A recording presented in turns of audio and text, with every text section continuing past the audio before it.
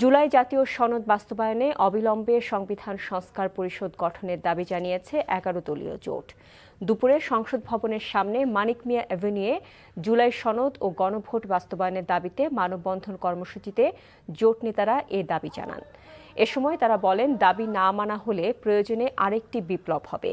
পরে ১১ দলীয় ঐক্য ও জুলাই আন্দোলনে হতাহতদের পরিবারের পক্ষে স্পিকার হাফিজউদ্দিন আহমেদের কাছে ৫ দফা দাবি সম্বলিত স্মারকলিপি তুলে দেওয়া হয়। এর মধ্যে গণভোটের রায় বাস্তবায়নে অবিলম্বে বাধ্যতামূলক কর্মপরিকল্পনা প্রণয়নের আহ্বান জানানো হয়েছে। এছাড়াও তিস্তা ব্যারেজ মহাপরিকল্পনা, চীন মিয়ানমার বাংলাদেশ ইকোনমিক করিডোর এবং বাংলাদেশে চীনের বিনিয়োগ ও প্রস্তাবিত বিভিন্ন প্রকল্প নিয়ে বিস্তারিত আলোচনা হয়। বাংলাদেশের রাজনীতির এখন প্রধান সংকট এই গণভোটের রায় বাস্তবায়ন না হওয়া। এটা যদি বাস্তবায়ন না হয়, এই সংকট বাংলাদেশের রাজনৈতিক সংঘাতের দিকে নিয়ে যেতে পারে।